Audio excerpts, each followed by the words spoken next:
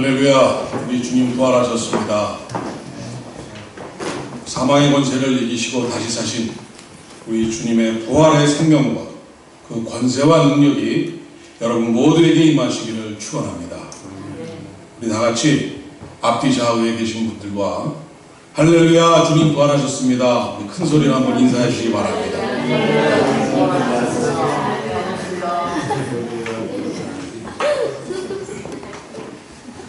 목소리가 조금 작으신 것 같아요. 우리 장 집사님은 목요일날 수술을 하셨잖아요, 허리에. 그래서 큰 소리 지르면 여기가 쩡쩡 울려가지고 아프시거든요. 근데 오늘 찬양도 하시고 또 이렇게 또 듀엣도 하시고 지금 얼마나 아프신지 다시 한번 할렐루야 주님 부활하셨습니다. 할렐루야 주님 부활하셨습니다. 감사합니다. 이렇게 큰 소리 좀 해주십시오. 예.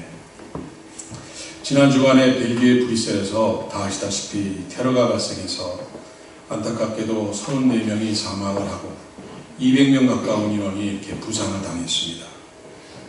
2014년 한 해 전 세계에서 테러로 인해서 죽은 사람이 저도 깜짝 놀랐습니다만은 32,685명이 죽었습니다. 이 테러만 문제가 아닙니다. 이 세계보건기구에 의하면 전 세계에서 기후변화와 환경오염과 환경 파괴로 인해서 한 해 동안 1260만 명이 목숨을 잃었다고 합니다.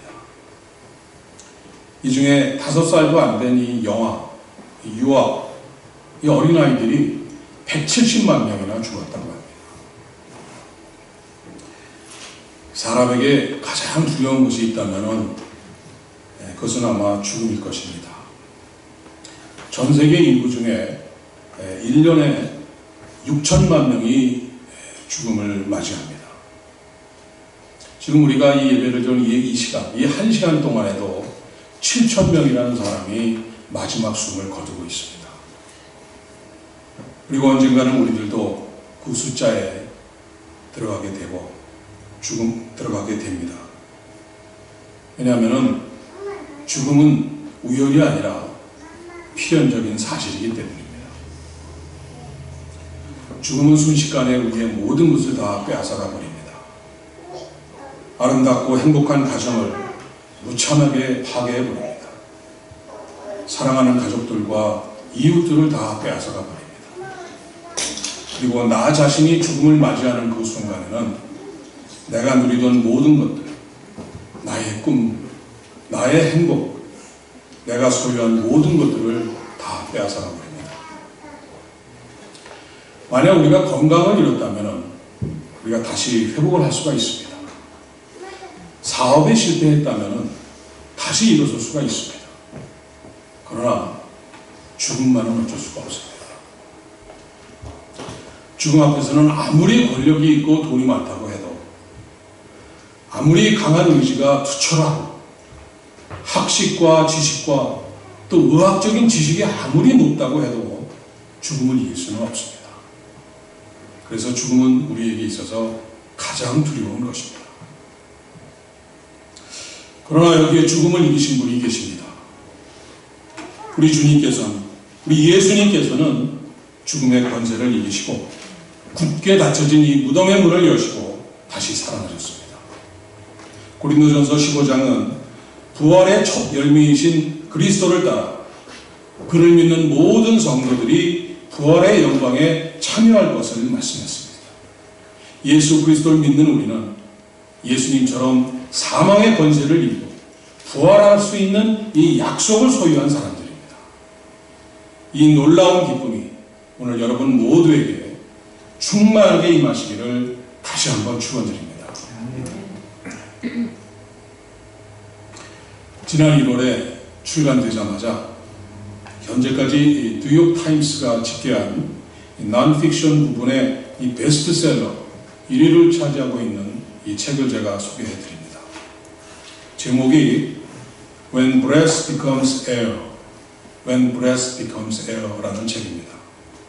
그러니까 숨이 공기가 될 때, 혹은 나의 호흡이 공기 속에 묻혀질 때라고 이렇게 해석할 수도 있겠습니다. 이 책을 쓴 저자 닥터 폴 칼라니티는 이제 이 세상에 없습니다. 이 책은 그의 유작이 되었습니다. 스탠포드 의대 신경외과 이 수석 레지던트였던 이 닥터 폴 칼라니티는 1년 전인 작년 3월에 죽을 때에 겨우 38세였습니다. 그가 죽기 22개월 전에 폐암 말기 진단을 받았습니다. 이 책은 그 시한부 삶을 선고받은 그가 더 이상 글을 쓸 수 없을 때까지 병마와 싸우는 이 사투의 기록이자 삶과 죽음에 대한 이 깊은 성찰을 기록한 이 감동의 책입니다. 이 닥터 폴 칼라니티는 이 스탠포드 의대를 비롯해서 미국 최고 병원 어디든 갈 수 있는 이런 촉망받는 신경외과 전문의였습니다. 그 스스로 난 산 정상에 올랐다고 이 표현할 정도로 그는 인생의 최고봉에 있다고 생각했었습니다. 바로 그때 말기 암이 그를 덮칩니다. 이전에 허리 통증과 이 갑작스런 이런 체중 감소 같은 이 몇 가지 징후가 있었지만은 그는 이것을 대수롭지 않게 생각했던 것입니다. 건강한 36세의 남성이 이 폐암에 걸릴 확률은 0.0012%에 불과하지만은 그가 바로 거기에 해당되는 것입니다. 그에게 가장 고통스러운 것 중에 하나는 자신에게 남은 시간이 얼마나 되는지를 알 수 없다는 사실이었습니다. 그래서 그는 3개월이 남았으면은 가족과 함께 시간을 보내고 1년이 남았으면은 책을 쓰고 만약에 10년을 더 살 수 있다면은 다시 환자를 보러 가겠다고 했습니다. 하지만은 그에게 어느 누구도 어떠한 타임을 갖다가 정확히 말해줄 수 있는 사람이 한 사람도 없었습니다. 수술실에서 전능한 의사에서 순식간에 불안에 휩싸인 환자가 된 그는 환자의 입장에서 병원과 의사들을 바라봅니다. 잘 배려받고 케어받아야 할 환자가 아니라 젊은 인턴, 이 젊은 의사들한테서부터 이 젊은 이 수련 의사들에게서 이 과제물과 실험 대상으로 다뤄질 때 그는 의사 시절에 이 환자들의 고통에 좀 더 공감하고 가까이 다가가지 못했던 것을 뉘우칩니다. 죽음이 언제 올지 모른다는 이 막막함 속에서 이 불안 속에서 기다리는 것보다는 그는 오늘 할 수 있는 일을 해야겠다고 결심을 합니다. 그는 병상에서 일어나서 자신의 병원으로 돌아갔고 환자들을 수술하고 돌보면서 남은 레지던트 과정을 온전히 끝마칩니다. 그러면서 베스트셀러가 된 이 When Breast Becomes Air 이 책을 씁니다. 그리고 삶이 얼마 남지 않았다는 것을 알고는 그는 그의 아내와 의논을 해서 아이를 갖기로 결정을 합니다. 그리고는 그는 딸 캐리가 태어나고 그리고 나서 8개월 후에 세상을 떠납니다. 그 사이에 그는 캐리의 숨소리를 듣고 미소를 보고 자장가를 불러주었습니다. 그는 딸에게 이런 이야기를 남기고 싶다며 적었습니다. 네가 죽어가는 아빠의 마지막 날들을 한없는 기쁨으로 채웠다는 사실을 절대로 가볍게 여기지 말아라. 이 글을 책 만미에 썼습니다. 우리들이 보통 죽으면 끝이다 이런 말을 좀 합니다. 죽으면 끝이다 라는 말에는 이 여러 가지 의미가 포함되어 있습니다. 건강하고 가진 것 많고 행복하게 잘 사는 사람에게는 죽으면 끝이다 라는 말은 이 두렵다는 의미로 느껴질 수가 있습니다. 그래서 어떻게 해서든지 오래 살려고 애를 씁니다. 반면에 병들고 가난하고 매일매일 이 고통 가운데 사는 사람들은 죽으면 이 끝이다라는 말이 이 달콤한 의미로 다가올 수도 있습니다. 죽음으로 인해서 문제를 해결할 수도 있다고 생각하기 때문에 그래서 스스로 목숨을 끊기도 합니다. 그런데 중요한 것은 죽으면 끝나는 사람이 있고 그렇지 않은 사람이 있다는 것입니다. 성경은 우리 인간에게 세 가지 생명이 있다고 말씀하십니다. 첫째는 육신적인 생명을 말하는데 헬라어로는 비오스라는 단어를 씁니다. 그리고 영어로는 저희가 바디로 표현할 수가 있습니다. 둘째는 푸시케라는 이 헬라어를 쓰고 영어로는 soul이라는 이런 단어를 쓰는 이 정신적인 생명이 있습니다. 그리고 세 번째는 조에라는 헬라어를 쓰고 영어로는 eternal life라고 쓸 수 있는 영적 생명, 영생이 있습니다. 이것을 사도 바울은 영과 혼과 몸이라고 표현을 했습니다. 그런데 누구나 다 이 세 가지 생명을 다 갖고 있는 것은 아닙니다. 예수를 믿지 않는 사람, 구원받지 못한 사람은 오직 두 가지 생명밖에 없습니다. 육적인 생명과 정신적인 생명입니다. 이런 사람들은 이 두 가지 생명이 끝나면 그것으로 끝이라고 생각합니다. 그래서 모든 관심이 오직 이 두 가지에만 집중되어 있습니다. 어떻게 하면 건강하게 오래 살 수 있을까? 어떻게 하면 정신적으로 편안하고 풍요로움을 만끽하면서 살 수 있는가에 모든 관심이 집중되어 있습니다. 그래서 이 사람들은 죽으면 모든 것이 끝나기 때문이라고 생각하기 때문입니다. 요즘 너도나도 인생 백세라는 말이 아주 유행하고 있습니다. 그래서 또 유행하는 말이 인생이 뭐 별거냐, 한평생 살다가 죽으면 다 끝인데 잘 먹고 열심히 잘 놀다가 9988-234 하면 되지 않냐, 99세까지 팔팔하게 잘 살다가 2, 3일 앓고 4일째 되는 날 죽으면 되는 거 아니겠냐, 이렇게 이 말들을 하고 계십니다. 그러면서 그저 입에서 하시는 말씀들이 그저 웰빙 하고 계십니다. 그런데 그 죽음 말이죠, 오늘 같은 따뜻한 봄날에 아주 양지 바른 언덕에 꽃이 피어있는 무덤처럼 이렇게 편안한 무덤이 이 편안한 죽음이 아닙니다. 영원한 고통 속으로 들어가는 것입니다. 성경은 계시록 20장 15절에 분명히 이렇게 기록하고 있습니다. 누구든지 생명책에 기록되지 못한 자는 불못에 던져지리라. 육신적인 생명과 정신적인 생명만 가지고 살던 사람은 생명책에 그 이름이 없습니다. 그래서 죽으면 끝입니다. 불타는 연못, 레이크 오브 파이어에 던져진다는 말씀입니다. 그러나 예수 믿고 구원받은 하나님의 자녀들에게는 또 하나의 생명이 있습니다. 영적 생명, 영원한 생명입니다. 잘 아시는 요한복음 3장 16절 말씀, 하나님이 세상을 이처럼 사랑하사 독생자를 주셨으니 누구든지 이를 믿는 자마다 멸망하지 않고 영생을 얻게 하려 하십니다. 여기서 이 영생이라는 말이 헬라어 조에, 영적인 생명, eternal life입니다. 이 생명은 죽음이 결코 이길 수 없는 생명입니다. 누구든지 예수를 믿고 받아들이기만 하면 그 영적인 생명, 이 영원한 생명을 주신다고 약속하신 것입니다. 그래서 여러분은 지금 세 가지 생명을 갖고 지금 살아가고 계십니다. 육신적인 생명을 갖고 부지런히 일하며 움직이며 운동하며 사시고 계십니다. 또 정신적인 생명을 갖고 여러 가지 좋은 생각들을 하면서 살아가고 계십니다.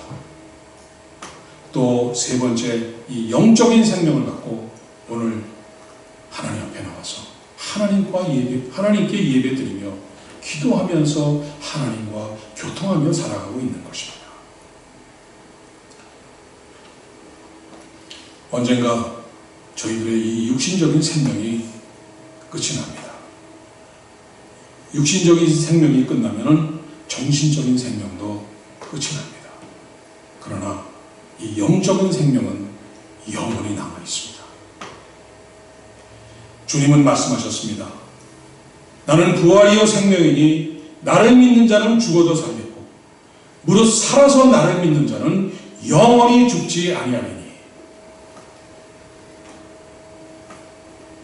사람이 죽으면 무덤에 묻힙니다.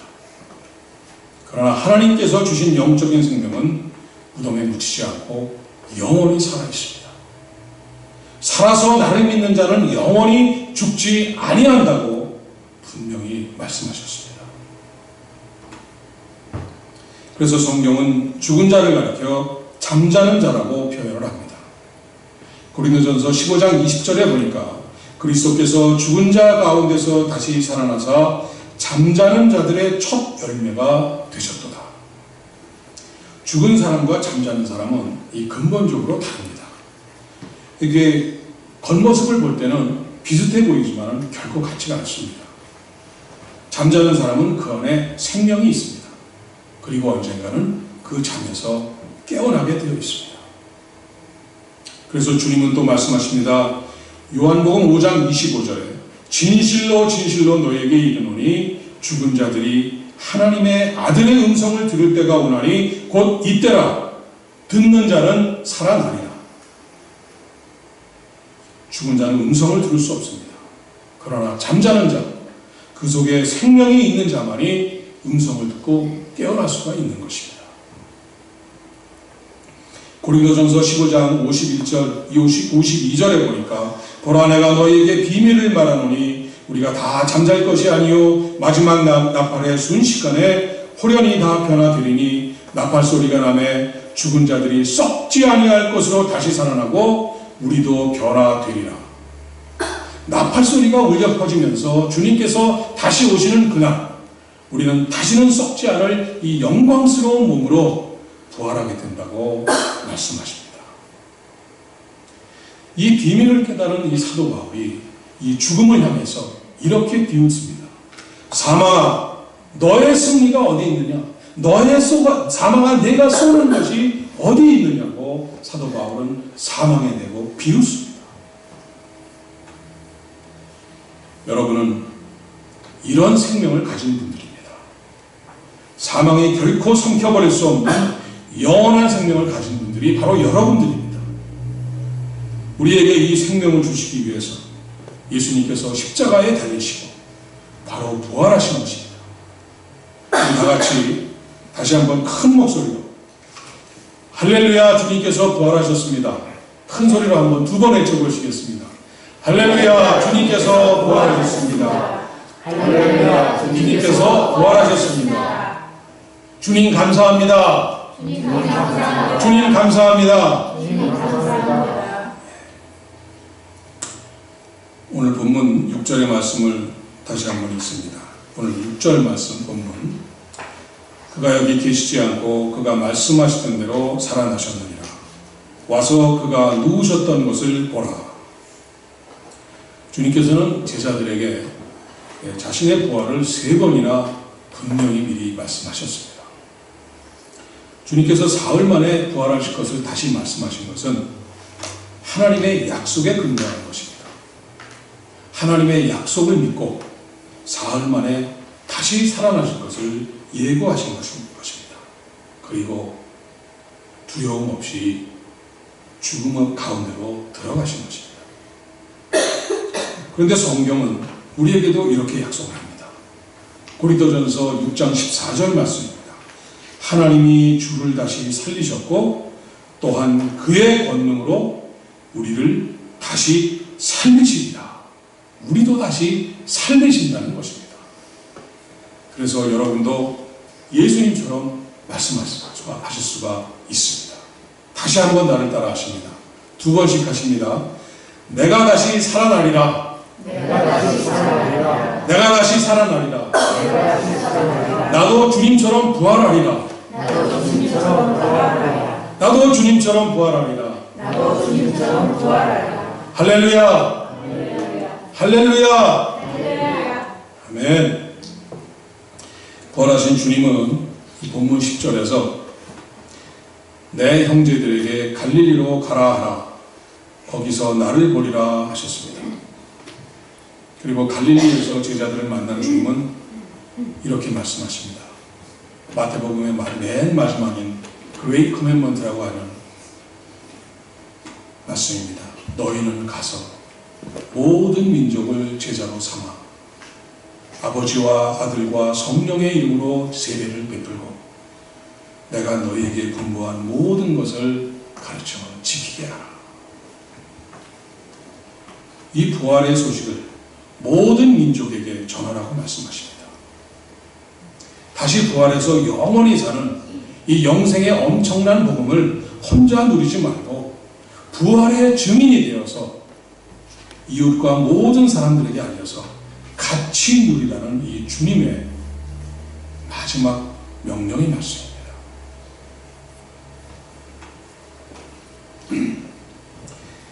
나치 독일 시대에 히틀러에게 저항하다가 8년 동안이나 투옥되었던 마틴 뉴멜러라는 목사님이 계셨습니다.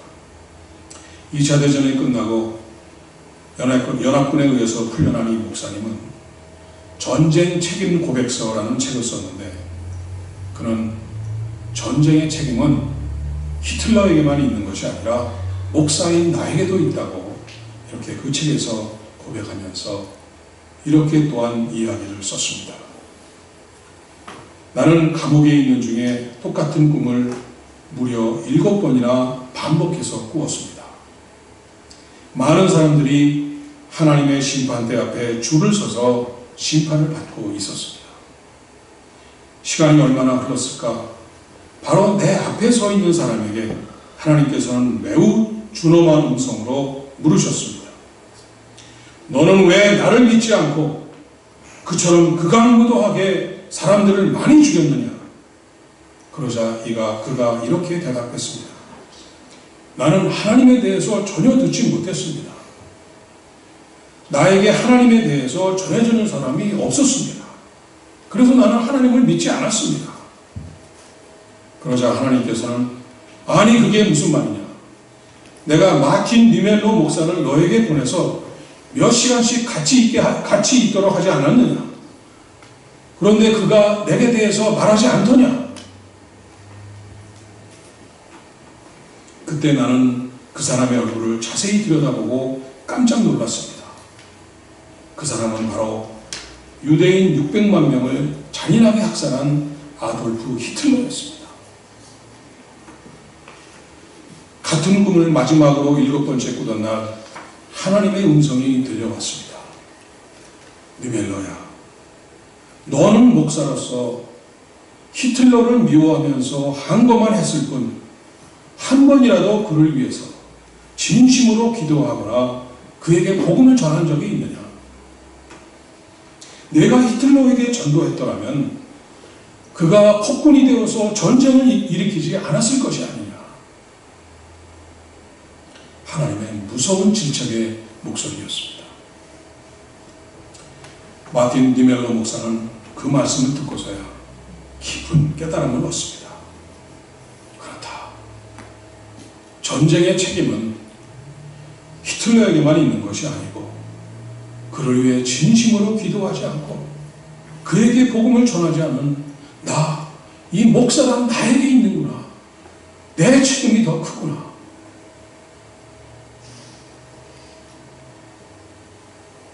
하나님의 음성을 들은 마틴 뉴멜로 목사님은 감옥에서 자기를 감시하는 사람들에게 전도하기 시작을 했습니다. 예수님께서 여러분을 위해서 십자가에 달리셨습니다. 여러분의 죄를 씻기 위해서 가전 고초를 다 당하시고 십자가에 달려서 돌아가셨습니다. 그것만이 아닙니다. 그리고 나서 예수님께서 여러분에게 영생을 주시기 위해서 다시 살아가셨습니다. 주님께서 부활하셨습니다. 이제 여러분이 주님만을 믿고 따르기만 하면, 그분을 주님으로 영접만 하면은 여러분도 부활의 영광의 자리, 영생을 차지할 수 있습니다. 하루도 쉬지 않고 마틴 뉴멜러 목사님은 감옥에서 나올 때까지 그 나치 간부들과 간수들에게 계속 복음을 전하고 그들 한 사람 한 사람이 주님 앞으로 나오기 시작을 했습니다. 사도 바울은 자신을 빚진 자라고 신약성경 여기저기에서 고백을 합니다. 부활의 소식을 남에게 전하지 않아서 내 이웃들이 영생을 갖지 못하고 구원을 받지 못한다면 그것은 곧 자신의 책임이라고 말하고 있는 것입니다.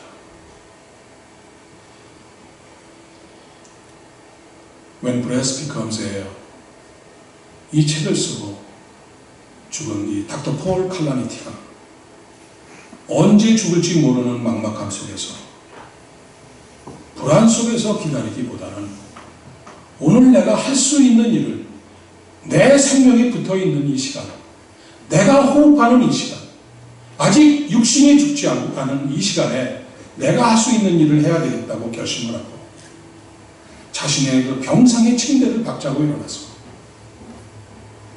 자신의 병원으로 돌아가서 환자들을 수술하고 돌보면서 틈틈이 책을 쓰고 그리고 자신의 딸의 숨소리를 듣고 미소를 보면서 따라 웃으면서 자장가를 불러주었습니다. 마지막 숨을 거두는 순간까지 그는 자신의 생애 하루하루에 자신이 할 수 있는 일을 하고자 최선을 다한 것입니다. 우리도 마찬가지입니다. 비록 우리가 부활을 소유한 영생을 소유한 사람이지만 언제 어디서 어떠한 모양으로 이 땅에서의 우리의 육신, 이 정신의 삶을 막아낼지 모릅니다. 이 땅에 육신과 정신을 잊고 사는 마지막 순간까지는 이 마틴 리멜로 목사님과 같이 하나님 앞에서는 그날을 준비하면서 오늘 내가 할 수 있는 일을 최선을 다해서 해야만 합니다. 그것은 십자가의 복음을 전하는 일입니다. 부활의 증인이 되는 일입니다. 주님의 말씀대로 복음대로 그 말씀대로 사는 것입니다. 나의 입에서 나오는 모든 말, 하루하루 살아가는 나의 삶의 자세, 나의 인생 전체를 통해서 그리고 나의 마지막 날, 내가 마지막 호흡을 거두는 그 마지막 임종의 순간 나의 그 자세와 모습까지도 다른 사람이 볼 때 십자가의 복음과 부활의 영생을 전해야 하는 것입니다. 사랑하는 여러분, 우리 주님께서는 부활의 소식이 땅끝까지 전해지기를 원하십니다. 그래서 모든 사람이 예수 믿고 영원한 생명을 선물로 받아서 죽음의 권세를 이기고 부활하는 하나님의 자녀들이 되기를 원하십니다. 영광스러운 부활에 동참하실 여러분, 여러분이 지금 있는 그 자리에서 때를 얻든지 못 얻든지 이 부활의 기쁜 소식을 전하는 이 부활의 증인, 복된 하나님의 자녀들이 되시기를 간절히 축원합니다.